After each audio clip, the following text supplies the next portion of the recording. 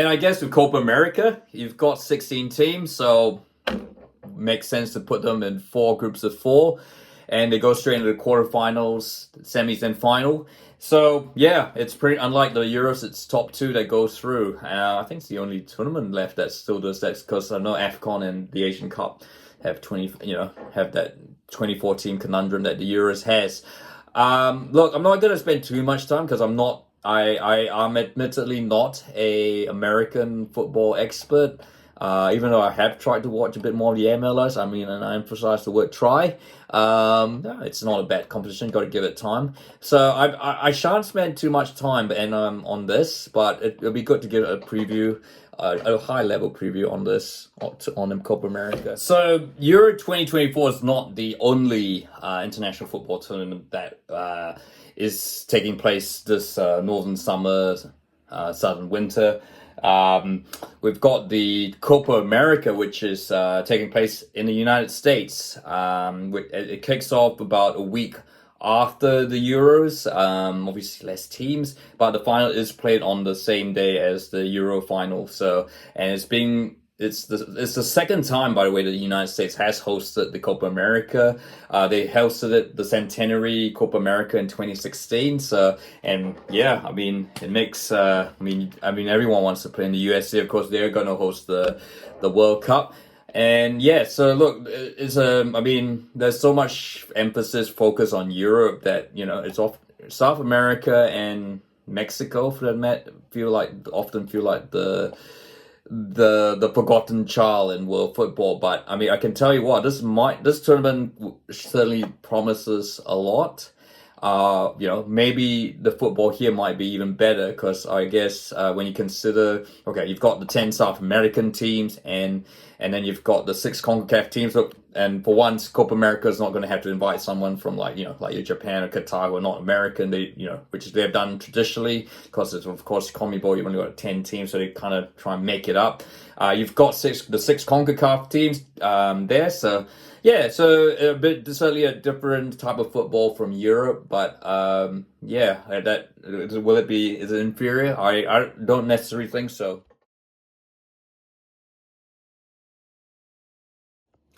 So as you can tell, this is my second take of this video, because the first one was garbage, to be honest. So we're talking about 4 groups, I guess. Let's go through each group.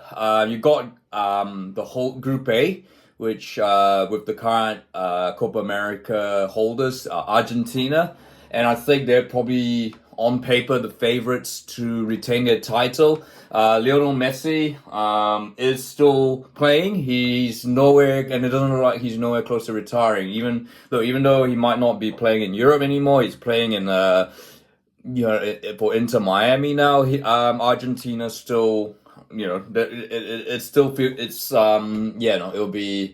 it's out of the question that Lionel Messi will not be in the frame of the national team. There is talk that Lionel Messi will probably keep playing. The next World Cup is now going to be 2 years away, and of course he's now based in America. So, if Cristiano Ronaldo is going to play in the 6 Euros, then why not Lionel Messi? These players can seem to last long, and Lionel Messi is still playing really well. So Argentina favorites, I guess, and yeah, they've got when you look who you've got, Peru, Chile, I think they're a similar level, both neighbors, of course, but undoubtedly, okay, Peru, they've had some good players, been in the World Cup. They have featured in the World Cup, but not necessarily. I guess they will target being runners up, and I think if they do that, get into the knockout stages, that would be an achievement. Chile, of course. Still, it's like pretty much in transition. They have certainly come a long way since becoming Copa America winners a couple of years ago. Now their best talisman is Ben Brereton Diaz, who just got relegated, who couldn't get game time at Villarreal and had to go on loan to Sheffield United. So it kind of says all that. And then you've got Canada, who I think will finish bottom. Jesse Marsch hasn't really had the best start to his Canadian career. And I think, look, even though they're in North America, I think they're gonna, absolutely struggle. By the way, what's happened with Jonathan David?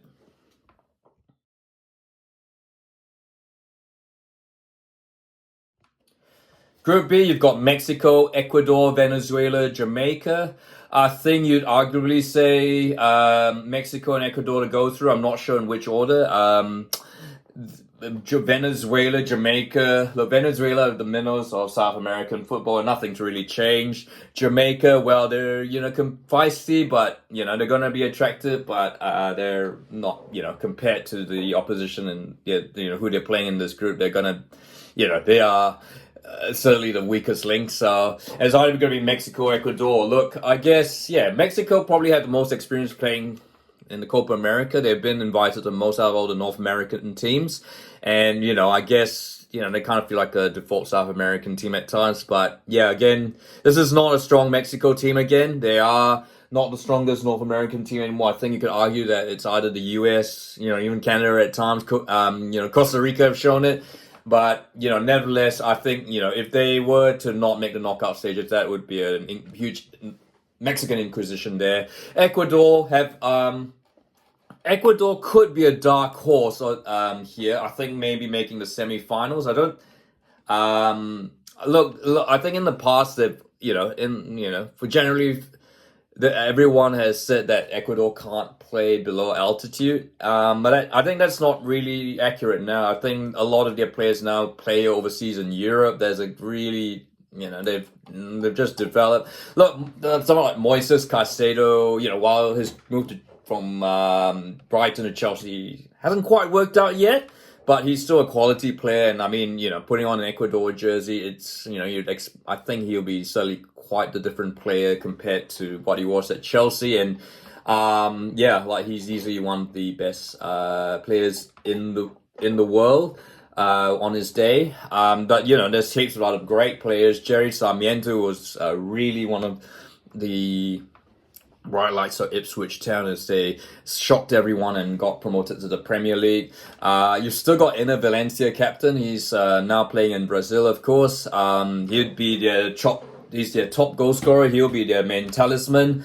But I think the one player that is everyone is talking about is Kendry Paez. Plays for Independiente. This is a guy that Chelsea have signed for the future, but he cannot move to England because he's under FIFA rules. He can't leave till he's 18. But he's serving his development at his local, his home club in Ecuador for Independiente del Valle, which also produced likes of Moises Caicedo. And I guess, so look, I think Ecuador could finish top of this group. I think they're a very well balanced team. Could be a dark horse, possibly, maybe even to the semi-finals, particularly when you look at who you've got in this tournament.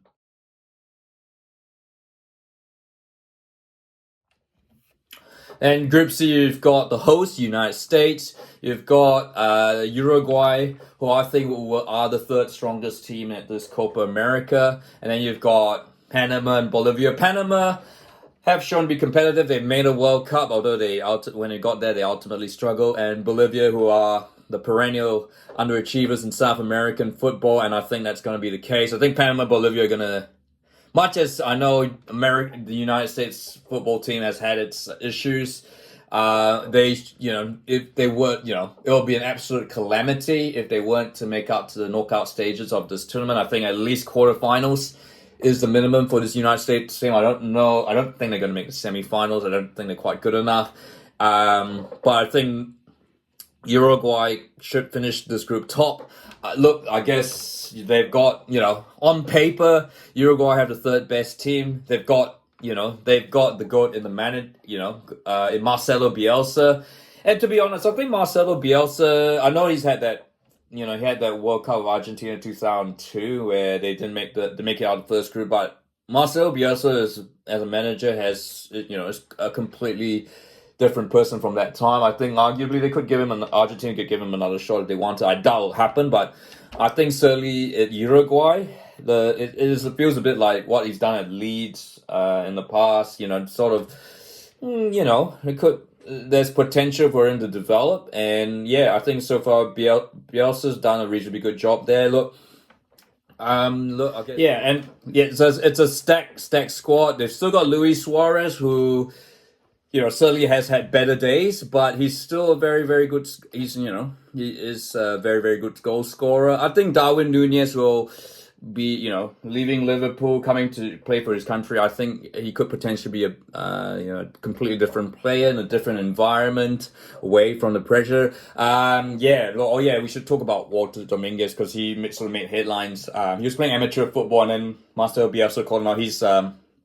He's not to be in the side, but I mean, look, there is so much talent in this Uruguay team up front. Facundo Palestri, someone to watch out for, even though he was with Granada, got relegated. In midfield, you've got Ugarte, Araujo, Federico Valverde, who hasn't had the best season for Real Madrid, but still a very, very talented player. Bentancur, of course, Tottenham's fans know he's one of the most solid players there.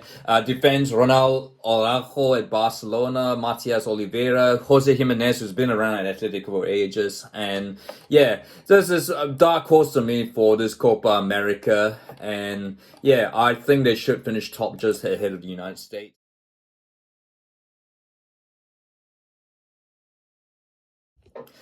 And then you finally have Group D, which is you've got Brazil, Colombia, Paraguay, Costa Rica, probably the toughest group in this Copa America. Look, I know there's been a lot of talk about Brazil not being what they were. Neymar is out of the tournament due to a serious injury that's pretty much kept him out for the whole season. But they still, they've got Endrick in there, who of course scored his first goal for Brazil at Wembley. A lot has been talked about him. This is his first stage, I think, and it'll be interesting to see how it goes. I mean, but that Brazil start, Endrick aside, there's a lot. Brazil's always going to have some really good players, even if they're not. They might not. Some might say they're not a patch on the others. I mean, you still got Vinicius Junior, Rodrigo, Rafinha, Martinez. So many good players. In midfield, you got Guimaraes, Paqueta, who, is playing under a bit of a cloud. Douglas Luiz. There is a very Eurocentric Brazil team, a lot of them play in the Premier League. But I don't think that that doesn't take away anything, that this is essentially this is still a Brazil team. Colombia have made some strides. I think they could be another dark horse. They've got, they've got James Rodriguez, might not be the player he was. But he'd almost certainly be starting midfield. Jefferson Lerma for Crystal Palace. John Duran up front for Aston Villa, who's been great. Luis Sinestro, who's been great as well for Bournemouth. Of course, one of the main talismans up front is going to be Luis Diaz, who has been probably one of the standouts in the last couple of weeks for Liverpool. So we're keen to carry that form as he, wears the Colombia jersey. Colombia have had a recent resurgence. A lot of their players are now playing overseas. There is one player worth watching, Yasser Asprilla at Watford. Watford seem to have identify all these players who seem to stick around for a bit. I'm thinking Ismail Sarr, who for Senegal. Yasser Asprilla seems to be the next one, and it'll be quite an interesting to see. Clubs never sign players based on Copa America, but I think Yasser Asprilla seems to be on the radar of a lot of clubs. So for me, look, I mean, Paraguay and Costa Rica are going to be top. Not going to be top. They're going to be tough teams. There is potential that one of them could be, be a bit potential banana skin for them. But I think Brazil and Colombia will just have too much. I mean, it's a shame, I guess. Perhaps Paraguay, Costa Rica. If it was like the format was like the Euros or other tournaments, they would fancy themselves. But I think Brazil and Colombia are just going to have too much for them. So yeah, look, I'm not going to go too much into the brackets because I need to have more time. Maybe I should do a match. Maybe do it as a sort of like a match simulator, that sort of thing. But this is I think there's absolutely no reason why you could say Copa America is inferior to the Euros. I think it could very well be a bit more exciting. And there's a different, with South American, Central American teams, there's always a bit different flair to them than the European sides. Even if, say like you're a lot of Brazilians, Argentines and Uruguayans play in Europe now and they expect to that style. But I think this, when they're playing for their country, it's completely different. The tackles are harder. Certainly playing in the United States with all these grand stadia that hosted, you usually see them hosting NFL games. And then you've got your soccer-specific state. I'm going to call it soccer because that's how they call it in the US. You got Q2 Stadium in Austin. But the game in Kansas, Children's Mercy Park in Kansas City, they're not going to be named those, by the way. And in Inter and Co Stadium in Orlando. Look, football is on the rise. MLS is getting stronger and stronger, even if, still got a wee bit way to go to beat MLB, but, there's never, with the likes of Lionel Messi in MLS, there's never been, the attention of the game has never been greater, and you've gotten a World Cup in 2 years' time. So certainly a warm-up event, and definitely one worth to watch. And I mean, it's something, it's sort of like a nice, some might say, what's the word? Second plata, as they call it in Italian, like your Euro 2024 would be your uno plata, this one would be seconda plata, or prima plata, I should say. And so this should be a very good one, once all the Euro action's done. But what are your thoughts? Are you going to be watching both Copa America and Euro 2024? Or you're just going to pick one? Do you think Copa America might be the better tournament, and, should there be more attention on it? I'd like to hear your thoughts. If you like this video, if you like, and don't forget to subscribe.